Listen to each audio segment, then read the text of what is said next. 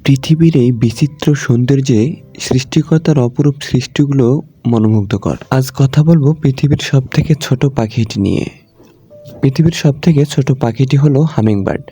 Hummingbird দেখতে বা আকারে যেমন ছোট, তেমনি দেখতেও অপরূপ সৌন্দর্য। পৃথিবীতে এই হামিংবার্ডের ৩০০-এর বেশি প্রজাতি রয়েছে, তবে উত্তর ও দক্ষিণ আমেরিকা ছাড়া বাকি দেশগুলোতে দেখা যায় না।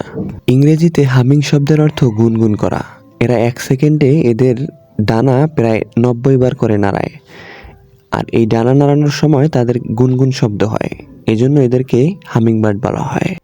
পৃথিবীর সবথেকে ছোট হামিংবার্ডের প্রজাতিটি পাওয়া যায় কিউয়াওয়ে। ২ গ্রামেরও কম ওজন এবং ২.৫ ইঞ্চিরও কম দৈর্ঘ্যের এই পাখিটি পাওয়া যায় কিউয়াওয়ে। ও সবচেয়ে বড় প্রজাতির হামিংবার্ডকে জায়ান্ট হামিংবার্ড বলা হয়, যেটির ৮ ইঞ্চি দৈর্ঘ্য এবং ওজন প্রায় ১৮ থেকে ২০ গ্রাম হয়ে থাকে। হামিংবার্ডের ২টি অন্যতম বৈশিষ্ট্য হলো এরা দীর্ঘদিন না খেয়ে থাকতে পারে, এবং অন্যটি হলো এরা কোথাও না থেমে ১০০০ মাইল পাড়ি দিতে পারে।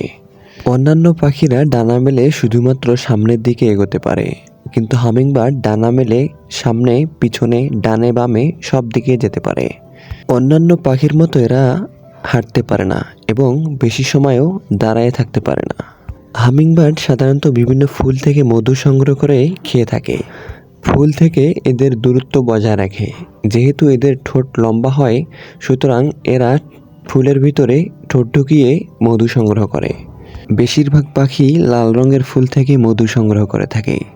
আবারও অনেক পাখি আছে যারা পোকামাকড় খেয়ে বেঁচে থাকে। এরা সাধারণত গাছের ডালে বাসা তৈরি করে থাকে। বাসা তৈরি করার জন্য বিভিন্ন লতাপাতা, শ্যাওলা, বাকল ইত্যাদি ব্যবহার করে থাকে। বাসা তৈরির যাবতীয় কারুকাজ মেয়ে পাখি করে থাকে। এদের বাসা ছোট কাপের মতো হয়ে থাকে। প্রতিটি স্ত্রী হামিংবার্ড প্রতিবারে ২টি করে ডিম দিয়ে থাকে এবং ১৫ থেকে ২০ দিন পরে ডিম থেকে বাচ্চা বেরিয়ে আসে, যা প্রাপ্তবয়স্ক হতে ৫ থেকে ৭ দিন সময় লাগে। এদের গড় আয়ু ৩ থেকে ৫ বছর। হামিংবার্ড পাখিটি এভাবেই জীবন ধারণ করে থাকে।